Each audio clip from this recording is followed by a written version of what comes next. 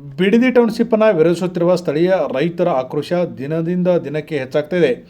ಜಮೀನು ಸ್ವಾಧೀನಪಡಿಸಿಕೊಳ್ಳುವ ಸರ್ಕಾರದ ನಿರ್ಧಾರಕ್ಕೆ ರೈತರು ಕೆರಳಿದ್ದು, ಈ ವಿರೋಧದ ನಡುವೆಯೂ ಸಹ ಬಿಡದಿ ತಾಲೂಕಿನ ಮಂಡಲಹಳ್ಳಿ ಗ್ರಾಮದಲ್ಲಿ ಜೆಎಂಸಿ ಸರ್ವೆಗೆ ಮುಂದಾದ ಜೆಬಿಡಿಎ ಅಧಿಕಾರಿಗಳ ವಿರುದ್ಧ ರೈತರು ಆಕ್ರೋಶ ವ್ಯಕ್ತಪಡಿಸಿದ್ದಾರೆ. ಜೆಎಂಸಿ ಸರ್ವೆ ನಡೆಸದಂತೆ ಮಂಡಲಹಳ್ಳಿ ಗ್ರಾಮದ ರೈತರು ಎಚ್ಚರಿಕೆ ನೀಡಿದ್ದರು. ಎಚ್ಚರಿಕೆ ಹೊರತಾಗಿಯೂ ಸಹ ಸರ್ವೆ ನಡೆಸಲು ಮುಂದಾದ ಅಧಿಕಾರಿಗಳಿಗೆ ರೈತ ಮಹಿಳೆಯರು ಪೊರಕೆ ಏಟು ಕೊಟ್ಟಿದ್ದಾರೆ. ಹೌದು, ಸರ್ವೆಗೆ ಬಂದ ಅಧಿಕಾರಿಗಳ ಕಾರಣ ಸುತ್ತುವರಿದು ಪೊರಕೆ ಕಲ್ಲುಗಳಿಂದ ಥಳಿಸಿ ಆಕ್ರೋಶ ವ್ಯಕ್ತಪಡಿಸಿದ್ದಾರೆ. ಸ್ಥಳೀಯ ಪೊಲೀಸರು ಇದ್ದರೂ ಸಹ ತಡೆಯಲು ಆಗಲಿಲ್ಲ. ಘಟನೆ ಬೆನ್ನಲ್ಲೇ ಸ್ಥಳಕ್ಕೆ ಭೇಟಿ ನೀಡಿದ ಎಸ್ಪಿ ಶ್ರೀನಿವಾಸ್ ಗೌಡ ರೈತರ ಜೊತೆಗೆ ಮಾತುಕತೆ ನಡೆಸಿದ್ದಾರೆ. ಇನ್ನು ಎಎಸ್ಪಿ ರಾಮಚಂದ್ರಯ್ಯ, ಡಿವೈಎಸ್ಪಿ ಗಿರೀಶ್ ಸ್ಥಳದಲ್ಲಿ ಬೀಡುಬಿಟ್ಟಿದ್ದು ಪರಿಸ್ಥಿತಿಯನ್ನು ತಹಬದಿಗೆ ತರ್ತಾ ಇದ್ದಾರೆ. ಅಧಿಕಾರಿಗಳ ಕರ್ತವ್ಯಕ್ಕೆ ಅಡ್ಡಿ ಮಾಡಬೇಡಿ, ಅಧಿಕಾರಿಗಳ ಮೇಲೆ ಹಲ್ಲೆ ಮಾಡಿದರೆ ನಾವು ಸುಮ್ಮನೆ ಕೂರಲ್ಲ ಎಂಬ ಎಚ್ಚರಿಕೆಯನ್ನು ಸಹ ಇದೇ ಸಂದರ್ಭದಲ್ಲಿ ರವಾನಿಸಿದ್ದಾರೆ. ಆದರೆ ರೈತರ ಆಕ್ರೋಶ ಮಾತ್ರ ಇಷ್ಟಕ್ಕೆ ನಿಲ್ಲುತ್ತಾ ಇಲ್ಲ.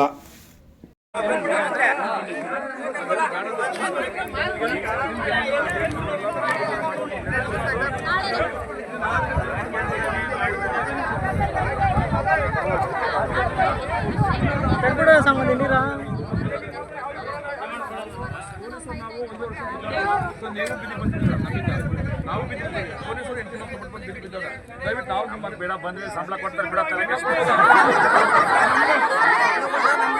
ನಮ್ಗೇನು ಕೊಡ್ತಾರೆ?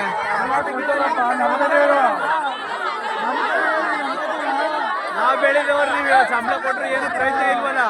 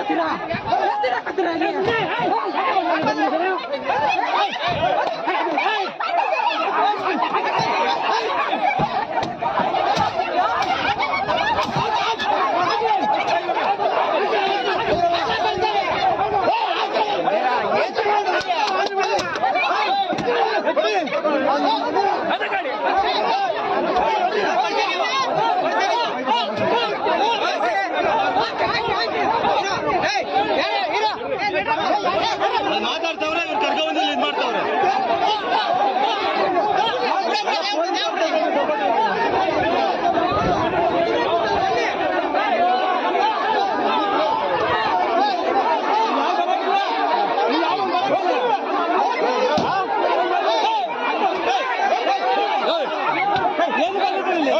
ನೋಡಿ, ಗಾಡಿ ನಂಬರ್ ಇದೇನೆ KA42N3917.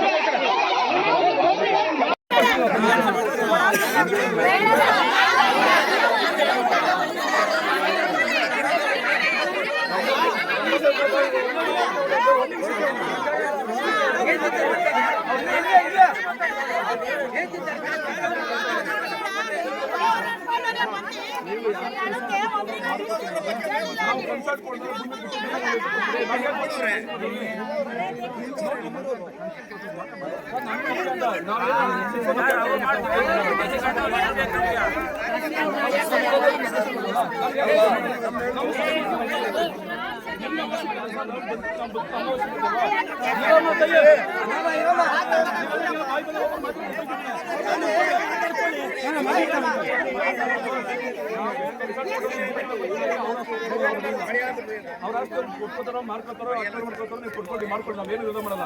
ನಮ್ಮನೆ ನಾವೇನು ನಮ್ಮ ಭೂಮಿ ಬರಲ್ಲ, ಮಾಡ್ಕೊಂಡು ನಮ್ಮ ನಿಂಬಾರ ಕೊಟ್ಬಿಟ್ಟು GMC ಮಾಡ್ಕೊಂಡು ಇರೋದಿಲ್ಲ.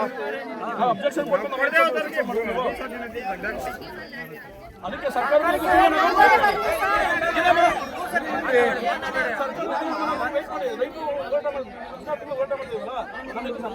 ನಮ್ಮದೇನು ಮಾತುಕತೆ ತೀರ್ಮಾನ ಆಗದ ಹಾಗೆ ಅದಾಗ ವೇಟ್ ಮಾಡಿ.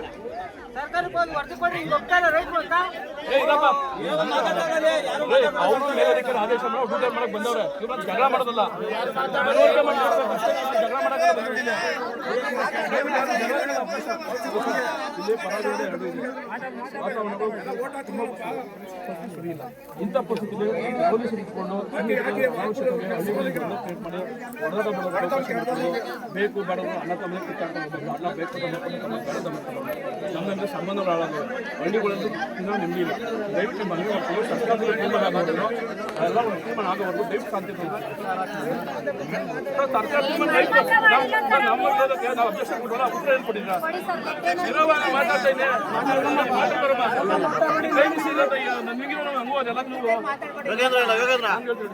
ನೀವು ಸರ್ಕಾರ ತೀರ್ಮಾನ ಆಗೋದು ಮಾಡ್ತಾ ಇದ್ದಾರೆ. ನಮ್ಮ ಸಾಮಾನು ಸರ್ಕಾರ ತಿಳಿಸಿದೀವಲ್ಲ ನಿಮ್ಮ ಮುಖ್ಯ ನಾವು ನಿಮ್ಗೆ ಅವಾರ್ಡ್ ಕೊಟ್ಟಿವಲ್ಲ ಉತ್ತರ ಏನಿದೆ ನಮ್ಮ ಪ್ರಶ್ನೆ ಉತ್ತರ ಕೊಟ್ಟಿದ್ದೀರಾ? ನಾವು ನಿಮ್ಗೆ ಅಬ್ಜೆಕ್ಷನ್ ಕೊಟ್ಟಿದ್ದೀವಿ, ಉತ್ತರ ಕೊಟ್ಟಿದ್ದೀರಾ? ಸರ್ ಆಕ್ಷೇಪಣೆಗೆ ಉತ್ತರ ಕೊಟ್ಟಿದ್ದೀರಾ? ನಾವು ನಿಮ್ ತೀರ್ಮಾನ ನಾನು ಹೇಳ್ತಲ್ಲ, ನಾವು ನಿಮ್ಗೆ ಆಕ್ಷೇಪಣೆ ಕೊಟ್ಟಿದ್ದೀವಿ, ನಮ್ಮ ಆಕ್ಷೇಪಣೆ ಉತ್ತರ ಕೊಟ್ಟಿದ್ದೀರಾ? ಕೊಡಿ ಅಂತ ನಾವು ಅಬ್ಜೆಕ್ಷನ್ ಮಾಡಿದ್ರೆ ಉತ್ತರ ಕೊಡಿ ಸರ್. ನಮ್ಮ ಪ್ರಶ್ನೆ ಉತ್ತರ ಕೊಟ್ಟಾಗಿ ಸರ್ ನಮಗೆ ಸರ್ ಅದಕ್ಕೆ ಹೇಳ್ತದ್ದು ನೀವು ಅವ್ರು ಮಾಡ್ಕೊಳ್ಳಿ, ನಾನು ಮಾಡ್ಕೊಳ್ಳೋದು ಕೊಟ್ಟು ಮಾಡ್ಕೊಳ್ಳಿ.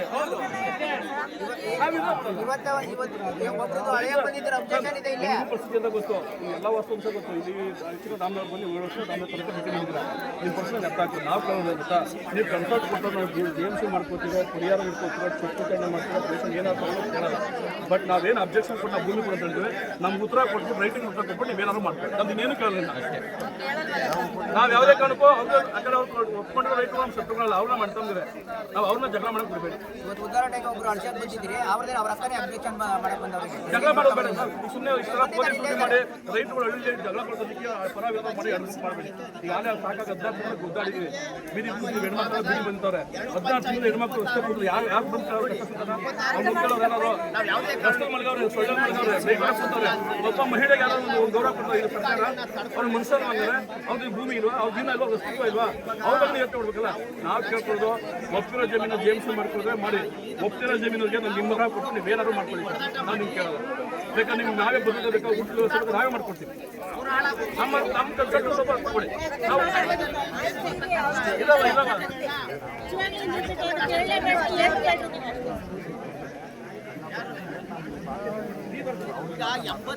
ನಾವು ಮಾಡಿ ನಮ್ಮದು ಪಕ್ಕದ ಜಮೀನು ಅದು ಮಾಡೋಣ ಅಂತ ಹೇಳಿ ಆ ಮನೆ ಬೆಂಕಿ ನನ್ನ ಮನೆ ಬೆಂಕಿ ಎತ್ಕೊಳ್ಳಲ್ವಾ?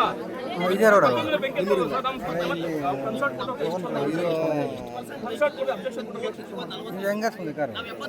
ನೋಟಿಫಿಕೇಶನ್ ನಾವು ಅಬ್ಜೆಕ್ಷನ್ ಕೊಟ್ಮೇಲೆ ನೀವು ಯಾರು ಒಪ್ಪಿಗೆ ಕೂಡ ಅವ್ರಿಗೆ ನೋಟಿಫಿಕೇಶನ್ ಕೊಡಬೇಕಾಯ್ತು. ಸರ್ಕಾರ ತೀರ್ಮಾನ ಆಗಿರೋದ್ರಿಂದ ಸರ್ಕಾರ ನಮ್ಗೆ ತೀರ್ಮಾನ ಆಗೋರು ವೇಟ್ ಮಾಡಿ ನಾನು ನಿಮ್ಗೆ ಹೇಳ್ತಾರೆ. ನಮಗೂ ಸರ್ಕಾರ ಯಾವ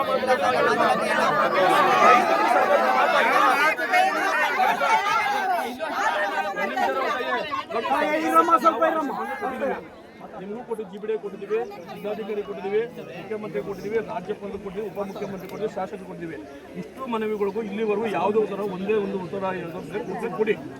ಈ ಥರ ಸರ್ಕಾರ ಉತ್ತರ ಕೊಟ್ಟೈತೆ ಹೇಳಿ ನಮಗೆ. ನಿಮ್ಗೆ ಕೊಟ್ಟಿಲ್ಲ ಆಕ್ಷೇಪಣೆ GBDಗೆ ಇಲ್ಲವಾ? ನಿಮ್ಗೆ ಅಬ್ಜೆಕ್ಷನ್ ಕೊಟ್ಟಿದ್ವಲ್ಲ ಸರ್ GBDಗೆ, ಉತ್ತರ ಕೊಟ್ಟಿಲ್ಲ. ಜಿಲ್ಲಾಧಿಕಾರಿಗೆ 2 ಬಾರಿ ಮನವಿ ಕೊಟ್ಟಿದ್ದೀವಿ, ಉತ್ತರ ಕೊಟ್ಟಿಲ್ಲ. ನಮ್ಮ ಏನು ಕಷ್ಟ ಕೇಳಿಲ್ಲ.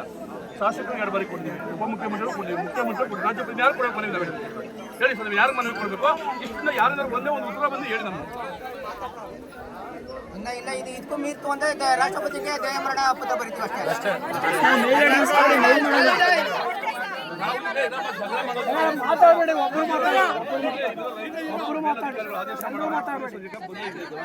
ಜಗಳ ಮಾಡೋದು ಅವಶ್ಯಕತೆ ಇಲ್ಲ. ಎಲ್ಲ ವಿಕಾಸ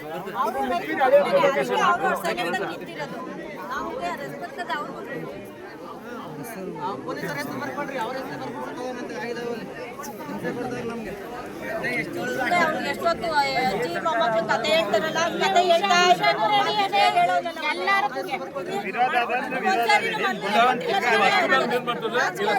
ಮಲ್ಕೋತಾರೆ ಗೋಲಿಬಾರ್ ಮಾಡ್ತಾರೆ ಮಾಡಿ ಅರ್ಥ ಮಾಡ್ತಾರೆ. 14 ತಿಂಗಳಿಂದ ಮನವಿ ಎಲ್ಲ ಎಲ್ಲರಿಗೂ ಮನವಿ ಕೊಟ್ಟಾರೆ. ಎಷ್ಟು ಮನವಿ ಕೊಡ್ಬೇಕು?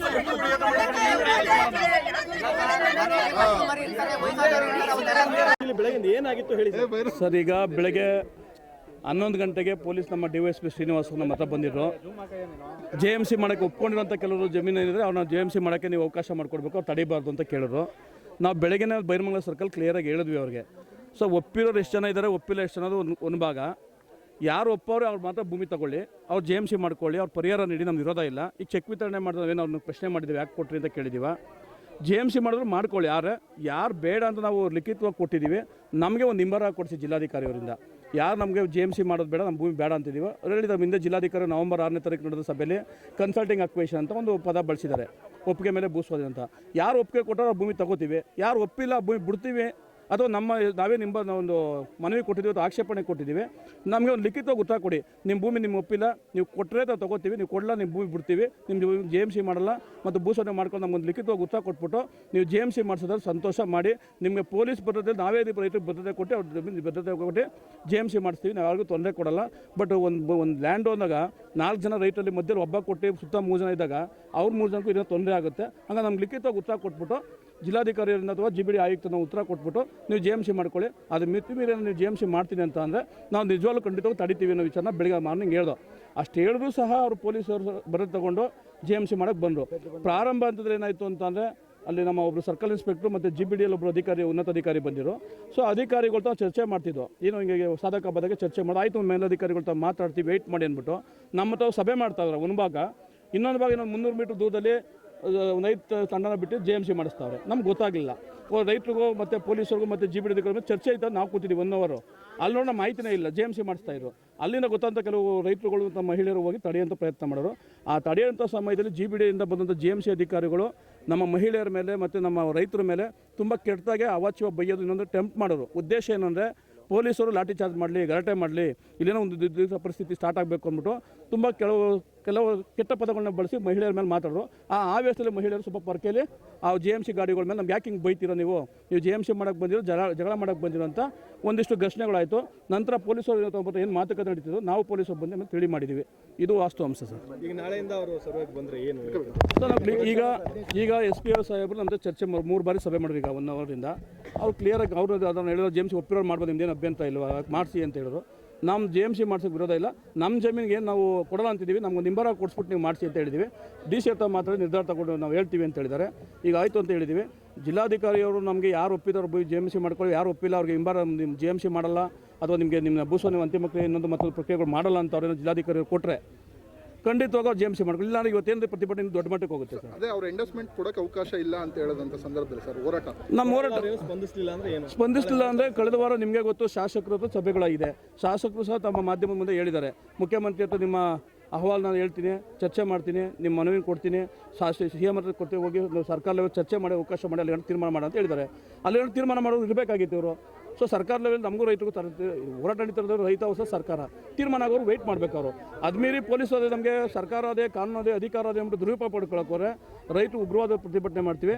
ಇನ್ನು ಮುಂದೆ ಶಾಂತಿಯುತ ಮಾಡಿದ್ವಿ, ಅಹಿಂಸಾತ್ಮಕ ಮಾಡಿದ್ವಿ. ಇದರಿಂದ ಅಪ್ಪಿತಪ್ಪಿ ಏನಾದರೂ ಯಾರೋ ಸಾವು ನೋವರು, ಯಾರೋ ವಿಷ ಕೊಡೋರು ಅಥವಾ ಇನ್ನೊಂದು ಆತ್ಮಹತ್ಯೆಗಾದ್ರೆ ಖಂಡಿತವಾಗೂ ಮಾನ್ಯ ಜಿಲ್ಲಾಧಿಕಾರಿಗಳು ಮತ್ತು ಸರ್ಕಾರನೇ ಕಾರಣ ಆಯ್ತದೆ. ಬಿಡಲ್ಲ ಸರ್. ಯಾಕೆಂದರೆ ಮಧ್ಯ ಜಮೀನು ನಮ್ಮದು ಇದೆ, ಅವ್ರದ್ದು ಇದೆ. ಒಬ್ರು ಬಿಟ್ಟು ಒಬ್ರು ಮಾಡೋಕೆ ಅವ್ರಿಗೆ ಕಷ್ಟ ಆಗುತ್ತೆ, ನಮ್ಮ ಜಮೀನು ತೊಂದರೆ ಆಗಲ್ವಾ? ಹಾಗಾಗಿ ನಾವು ನಮ್ಗೆ ಬಿಂಬರ ಕೊಟ್ಬಿಡಿ. ಪರ ಇರುವಂಥ ರೈತರು ಇವಾಗ ಹೋರಾಟ ಮಾಡ್ತಾರಂತದ್ದು ಸರ್. ಅಂದರೆ ನಮಗೆ ಜಮೀನನ್ನು ನಾವು ಕೊಡೋಕೆ ಹಿಡಿದ್ದೀವಿ, ನಮ್ಮ JMC ಸರ್ವೆ ಮಾಡಿಬಿಟ್ಟು ನಮ್ಗೆ ದುಡ್ಡು ಕೊಡಲಿ ಅಂತ ಹೇಳ್ತಾರೆ. ಖಂಡಿತವಾಗೂ ಸಹ ಒಪ್ಪಿಗೆ ಇದೆ. ಬೇಡ ಅಂದ್ರೆ ಭೂಮಿ ಬಿಡ್ತೀವಿ ಅಂತ ನಿಂಬರ ಕೊಟ್ಬಿಡಿ, ಮಾಡ್ಕೊಳ್ಳಿ. ನೀವು ಒಪ್ಕೊಳ್ರೆ ನಾವೇನು ಬೇಡ ಅಂದ್ರೆ ಈಗ ಚೆಕ್ ಕೊಡ್ತಾವ್ರೆ, RTGS ಮಾಡ್ತಾವ್ರೆ, ನಾವು ವಿರೋಧ ಮಾಡ್ತಾ ಇಲ್ಲ. ಯಾರು ಒಪ್ಪಿಕೊಂಡು ದುಡ್ಡು ತಗೊಂಡ್ರಪ್ಪ ಅಂತ ಒಪ್ಪಿದ್ದೀವಿ ನಾವು ಈಗ ಬದ್ಧವಾಗಿದ್ದೀವಿ. ನಾವು ಒಪ್ಪಲ್ಲ, ನಾವು ಬೇಡ ಅಂದವ್ರು ಬಿಟ್ಬಿಡಿ ಅಂತ ಹೇಳ್ತಾ ಇದ್ದೀವಿ. ನಮ್ಗೆ ಹಿಂಬರ ಕೊಟ್ಬಿಡಿ ನಮ್ಮ ಭೂಮಿಗೆ, ಅವ್ರೇನು ಬೇಕಾದ್ರೂ ಮಾಡ್ಕೊಳ್ಳಿ. Thank you.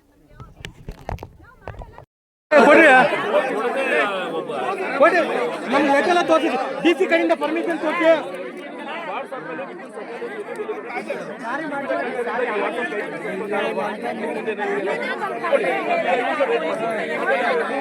ಅಂದರೆ DC ಪರ್ಮಿಷನ್ ಲೆಟರ್ ಕೊಡಿ.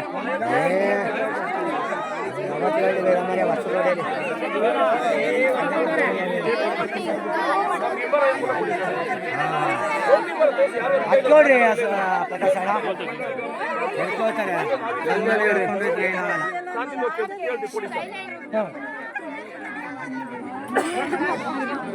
ಎಲ್ಲ ಸೈಲೆಂಟ್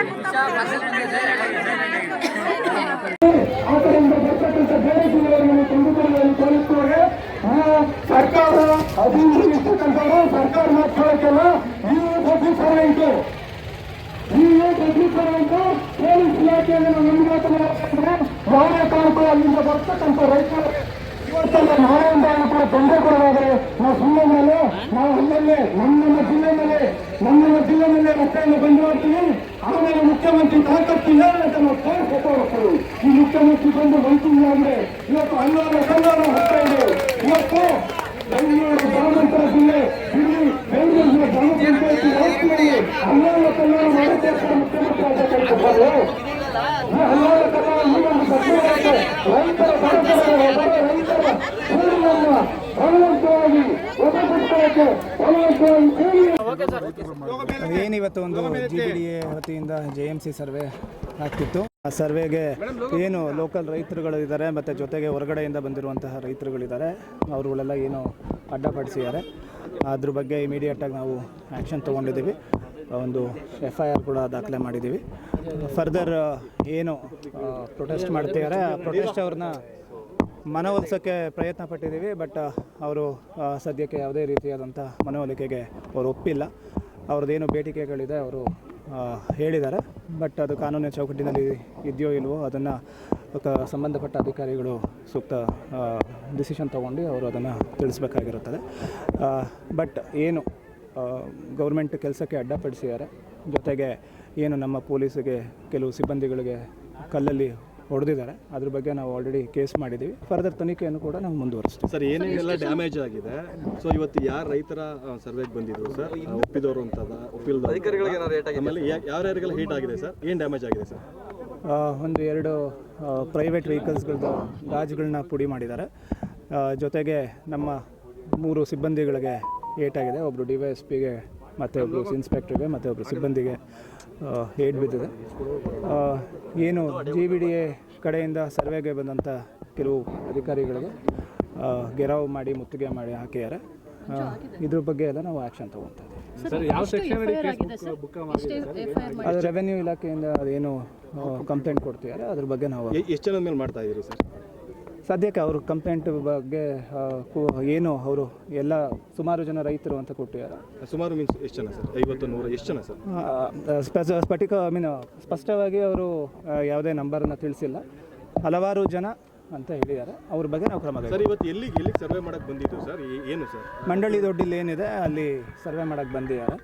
ಅಲ್ಲಿ ಏನು ರೈತರುಗಳು ಒಪ್ಪಿಗೆ ಕೊಟ್ಟಿದ್ದಾರೆ, ಆ ಒಪ್ಪಿಗೆ ಕೊಟ್ಟಂಥ ರೈತರುಗಳ ಜಮೀನನ್ನು ಮಾತ್ರ ಸರ್ವೆ ಮಾಡೋಕ್ಕೆ ಇವತ್ತು ಬಂದಿದ್ದಾರೆ. ಎಷ್ಟು ಜನ ರೈತರು ಒಪ್ಪಿಗೆ ಕೊಟ್ಟಿದ್ರು ಸರ್? ಹೇಗೆ ಸರ್? ಅದು JMC ಅಧಿಕಾರಿಗಳು ಅವರ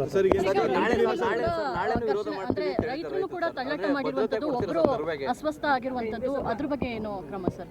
ಅಂದರೆ ಪೊಲೀಸರ ತಳ್ಳಿ ಯಾರು ಅಧಿಕಾರಿಗಳ ಜೊತೆ ಪೊಲೀಸ್ ಕಡೆಯಿಂದ ಯಾವುದೇ ರೀತಿಯಾದಂಥ ತೊಂದರೆ ಯಾರಿಗೂ ಆಗಿಲ್ಲ. ಅಸ್ವಸ್ಥ ಏನು ಆಗಿದ್ದಾರೆ ಅವರು ಇದ್ರ ಪರವಾಗಿರುವಂತಹ ರೈತ, ಅಂದರೆ JMC ಆಗಲಿ ಅಂತ ಹೇಳಿರುವಂತಹ ರೈತ ಒಬ್ಬರು ಅಸ್ವಸ್ಥ ಆಗಿರೋರು. ಅವರು ಇವಾಗ ಅವ್ರಿಗೆ ಚಿಕಿತ್ಸೆ ಕೊಡಲಾಗಿದೆ. ಅವರೇನು ತೊಂದರೆಗೆ ಒಳಪಟ್ಟಿಲ್ಲ, ಅವರು ಆರಾಮಾಗಿದ್ದಾರೆ. ಈ ಸರ್ವೆ ಕಾರ್ಯ ಮುಂದುವರಿಯುತ್ತಾ? ನಾಳೆಯಿಂದ ನಡೆಸ್ತೀರಾ ಅಥವಾ ಹೇಗೆ ಸರ್? ಅದನ್ನು ಏನು ಸಂಬಂಧಪಟ್ಟ ಅಧಿಕಾರಿಗಳು ಅವರು ಯಾವ ರೀತಿ ಡಿಸಿಷನ್ ತೊಗೊತಾರೋ ಆ ಡಿಸಿಷನ್ಗೆ ನಾವು ಬದ್ಧವಾಗಿರ್ತೀವಿ. ಜೊತೆಗೆ ಆ ರೀತಿ ಏನು ಪ್ರೊಟೆಕ್ಷನ್ ಕೊಡಬೇಕು ನಾವು ಕೊಡ್ತೀವಿ. ನಾಳೆ ಕೊಡ್ತೀವಿ. ಹೌದು. ಏನು ನೋಡಬೇಕು, ಅದರಲ್ಲಿ ಅವ್ರದ್ದು ಏನು ಮಾಹಿತಿ ಇದೆಯೋ ಅದನ್ನು ನಾವು ತಿಳ್ಕೊಬೇಕಾಗುತ್ತೆ. Thank you.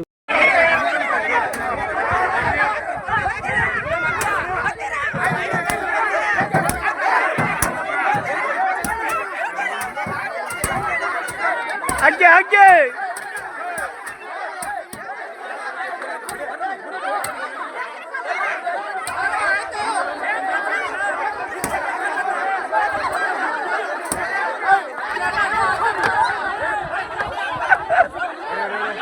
ಇವ್ರ ತರ ಯಾಕೆ ಬರ್ಬೇಕು ಇವರು ಆಟ್ಕೆ ಎಕ್ಕಡ ತಿಂತಾರೆ ಇವರು ಏನು ಎಕ್ಕಡ ತಿಂತಾರ ಮನೇಲಿ ಏನ್ ಮಣ್ಣು ತಿಂತಾರೆ ಇವರು ಕೊಡ್ರಿ ಕೊಡ್ರಿ ಎಟ್ ಕೊಡ್ರಿ ಅವ್ನಿಗೆ ಎಟ್ ಕೊಡ್ರಿ ಅವ್ನಿಗೆ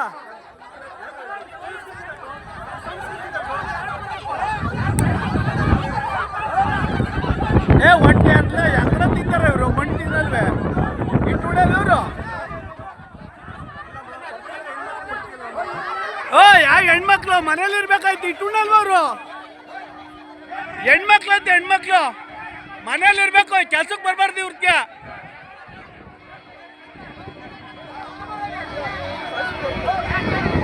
ಹೊಡಿರಿ ಪರ್ಕೆಲಿ ಹೊಡಿರಿ